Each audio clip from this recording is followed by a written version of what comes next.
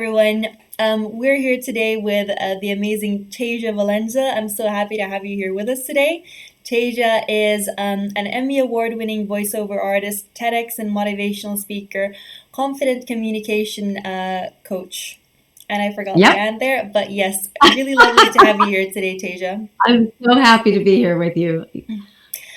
So the reason why I really wanted to have this discussion with Tasia today was because I met Tasia a couple of months ago, and at an Entnest event, she was there as a speaker with us, talking about giving great voice.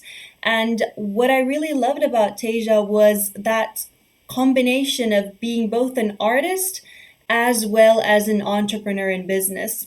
And that is really visible in the way in which Tasia communicates. Giving great voice is really art to her. She is an artist and she talks about this with this beautiful passion of hers, but then also keeping in mind business value and how to work with that voice. And she is a solopreneur herself, so I just love that combination. And talking to Tasia really opened a whole new world for me. We don't often think about how we use our voice, so I've been really inspired by everything that Tasia does. Thank you for being here with us today. Oh, thank you so much for having me. I'm glad that that was helpful for you because to me you give great voice when you present, when you speak, because to give great voice means to be able to move, touch, and impact using our voices.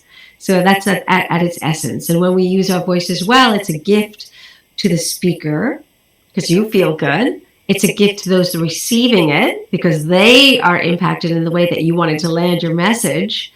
And also to all those who witness it. Because when we're really communicating effectively, everybody benefits from it. Yeah, I love that. And I think you're just at the essence of the importance of communication. It's not just about you, but it's this combination, interaction of everything at once. Exactly. Wonderful. So why don't we start by talking a little bit about your story for those of you who don't know you from before. What's your story? Where do you come from, and how have you ended up being where you are today? Sure. So, short version is that I call myself a recovering actress and a fully functioning voiceover artist because I started acting at the age of 15 professionally. And I was born and raised in New York City, and both my parents had been actors. They weren't anymore, but I kind of had the bug in me. And I got discovered by a French director named Louis Malle when I was 15. And then I ended up being on a soap opera at 16 to 19. So my life really took a quick Mhm. trajectory of success and then also crashed and burned, which happens. But I knew that I wanted to be an actress, but I was very much challenged at times because, as an actor, you're always being told that you're not enough, Mhm. that you may have the skills, the acting tools, which I knew I did, the talent, but I wasn't tall enough or thin enough or pretty enough or old enough that, they want to box you in. And Yeah. so that really was a challenge as I traversed this, how to love myself and feel good about myself when I was always being rejected and told, not quite right.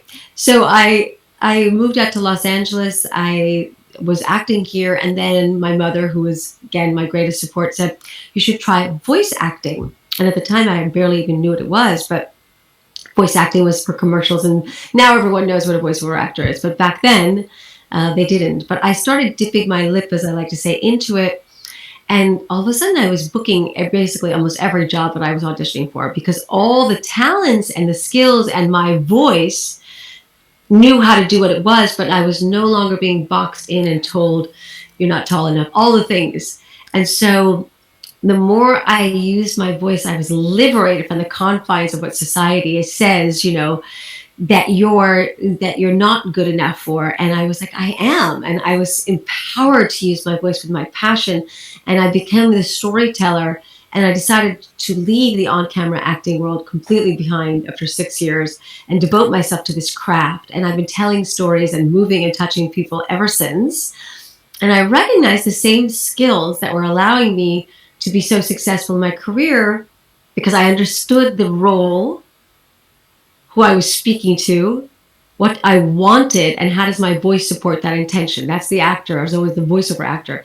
You get the role, mother, sister, friend, CEO, entrepreneur. who you're speaking to, client, daughter, mother, friend. What do I want? Meaning, what's the success of this scene? And how does my voice and tone, that's the secret sauce, support that intention? And so I started applying the same principles in my life as a mother and a friend. And I noticed that it was making me very successful in all the areas of my life. And so I decided to teach how to give great voice to the world, because again, people don't focus on it. But I had this way of teaching through this lens of an actor and a voiceover actor. I call it utilizing the skills of an actor and a voiceover actor in your own life so you can play your professional and personal roles more successfully. So I did a TEDx talk.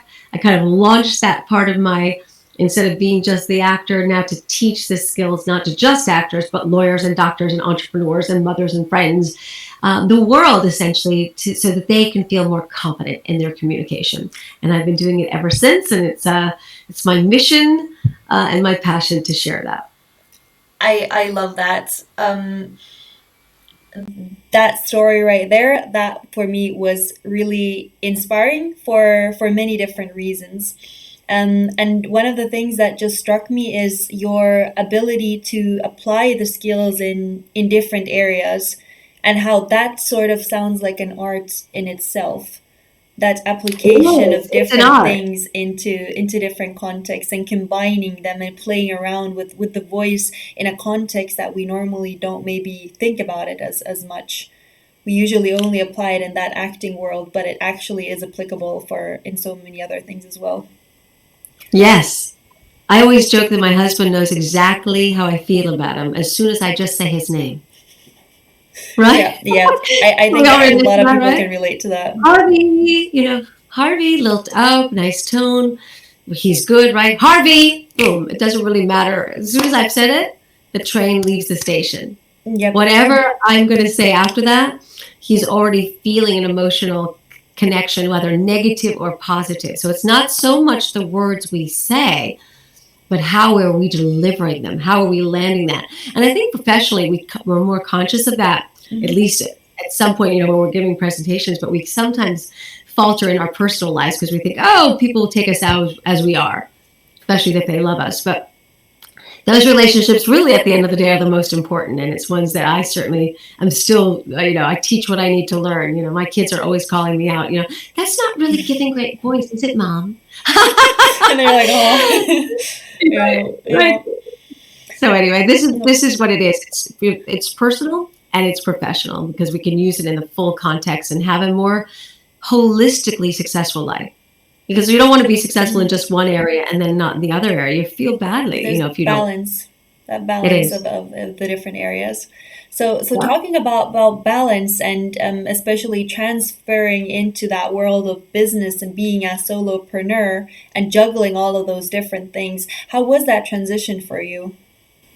It's still going on, and it's challenging. I've been basically an enabled artist my whole life, where I was the talent, and the talent just, first with acting, you learn your lines, you get your makeup on, and you perform. And with voiceover, it's even less. It's just you don't even have to learn the lines. You have your microphone. If you're good at your craft, you have your agent. You set it up. So you're basically covered. And in terms of marketing, yes, there's a certain amount of marketing, but definitely as a speaker and a coach now, to understand these concepts of your value proposition and your client and who is your ideal client. And I'm like, anybody who needs to speak. And the overall administration of it, it's definitely much more challenging than I've ever faced. And the marketing of that, and the LinkedIn, all of these aspects that as the artist, where it was mostly about the craft, and then just being available to that. It's a much more challenging situation. I'm loving it, and I'm on the learning curve, and I'm constantly uncomfortable. And now I know, that's how I know I'm growing. Yeah, no, I agree with that. That's how you're constantly growing, and that's something that I also do and notice in myself, constantly being somewhere where you're not uncomfortable, and it doesn't feel nice, but on the other hand, that you're growing. You're always going to be moving forward. But that I feel like now that I hear that, really coming from the artist perspective, I never really thought about that because I myself studied business. So for me, all of those things, it's like, yeah, it's Natural. normal. Exactly. I That's grew I right. grew up with that, but I never really thought about how difficult it must be for someone who didn't have that. So how did you then, yeah, like where did you start? Did you then look for a coach for that or read something? How did Yes. you start overcoming those challenges? Everything. Everything. Yeah. Literally, I mean, I didn't go to college because I was acting. So I didn't even Wow. take, yeah, I know. I didn't. I had no skills outside of my ability, but that's the testament of what it means to give great voice. I have maneuvered the world with emotional intelligence and the ability to speak in a way that no one would know that I didn't go to Mm, college. And that is again one of those elements that if you can really, it's not perform, but if you can present yourself in a way that's articulate and commanding and captivating, mhm. then all the college. I mean, there's a lot of kids getting $200,000 educations right now, but because their communication is mostly digitized, they're coming out of these hugely, incredibly amazing schools, but not giving great interview skills because they're not comfortable having open conversations. So I mean, that's a sideways, but to the other side, yes, I did not gain those business skills, and so it is constant learning from coaches and again, taking courses, classes, faltering, picking myself up. It's been an evolution, but I definitely had some wonderful business coaches and several, different kinds, and asking the same questions of, understanding how to make a profile, how to make a website, how to get a funnel, all of the things that are part of it. But I'm also understanding that it is a process. And so, where I was a year ago to where I am now, it's, leaps and bounds. And where I'll be a year from now will be leaps and bounds. I'm just in the messy phase. And that's just part of accepting what is, because it's just a part of the process. But I also do believe in collaboration and help. I mean, I have assistants that have helped me so I can focus. I do believe that's one of the principles. Get smarter people around you so that you can do what you do best. Yeah. And so I'm trying to find smarter people in the particular areas to help me still be the talent, essentially, where I can do my best work and have some the help around me to be more successful in it. That just sounds like music to my ears. Not only because of your great voice, but also because of the content of what you're saying. It really, what I feel like is this underlying thing when you talk about overcoming challenges. What strikes me is that it's a lot about the mindset, and a lot about the mindset in two ways. The first thing is that mindset of it being a constant journey. You're never done. You also said at one point that, picking yourself up when you fall. And also just saying that means that you've accepted the fact that you will fall and you will have to pick yourself up. So it's never done. And I feel like just accepting that and starting there already makes a big difference to when you start on that journey, because that then builds resilience. You're not going to give up at the first turn. And then the Yes, second one then being that collaborative mindset, that not even thinking that you can do everything on your own, but accepting that it's better if you only focus on what you do best instead of trying to do everything but at a mediocre level and then not really ending up getting anywhere. yes, yes. They say you can't play. You can't dance two places at once. I mean, it's chasing bunnies and then woo. Where are you? I mean, the thing is, you really need to focus on what you do best, and then gain the help to help you with the parts that you don't. That I think is, I'm sure you've experienced it. The Yeah. best collaborations are the best teams, and so Yeah. I've recognized that. And I'm also aware that it is my mindset. I can easily give up. I wanted to do a TEDx talk, and I said, wow, I'm going to give this TEDx talk, and I'm going to talk about give great voice. I'm going to go to colleges and I'm going to talk to students because I have this interesting background playing these voiceover characters that they might relate to. And, I got coaches and, again, dropped in, dropped out, thinking, wow, am I ever going to get that TEDx out? But then you know what? I found another one. And I finally submitted my first opportunity. I submitted for TED, and I got picked on the first time, which was incredible. And I remember, yes, I got the call. I had captured a newspaper article from the LA Times, and it said anybody can give a great TEDx. It was the LA Times, and I, back in the day when we had newspapers in our hand, and I crossed out anybody, and I put Tasia Valenza. And I kept that newspaper on my desk, and I moved once, and I brought it back out of the desk. So when I was picked for the TEDx, I went back to the newspaper on the desk, and I looked at the date, and it was 2013. It was 2020 when I got to do it.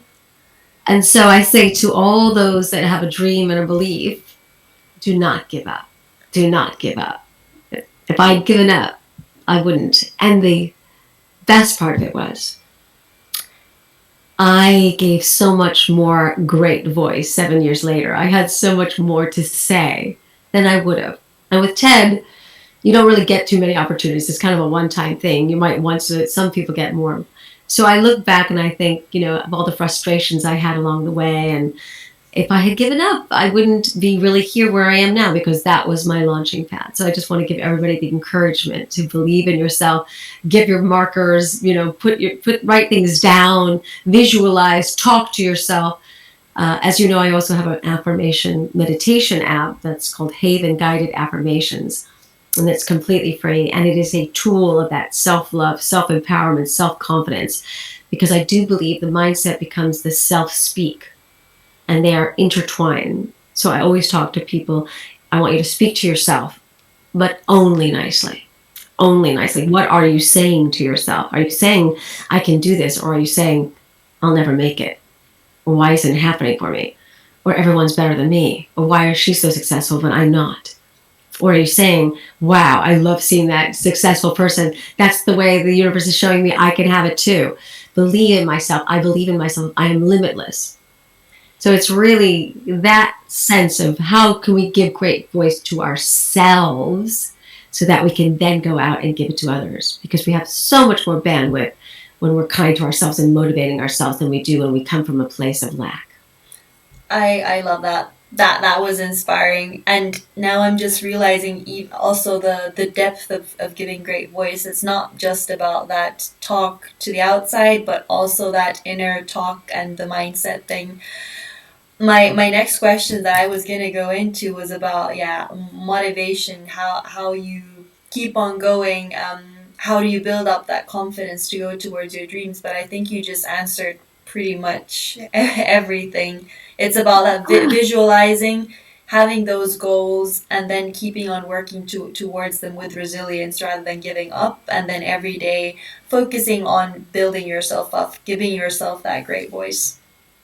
Exactly. I've come to understand that that's the most important person you can give great voice to is yourself, because that's where the imposter syndrome comes up, is when we feel terrible about ourselves and less than, but then we'll try to present when we're performing. But if we really are motivating ourselves, and by the way, I'm speaking on the heels of giants. This is not me. I motivated, utilized the voiceover, but this is Brian Tracy, who talked about in the 1980s about the first thing jumping out of bed. And he's one of the foremost business coaches in the world, jumping out of bed and saying, I feel terrific. I feel terrific. And going in the mirror and looking at yourself and say, I like myself. I like myself. This is a business coach saying that you can only like someone else to the degree that you like yourself.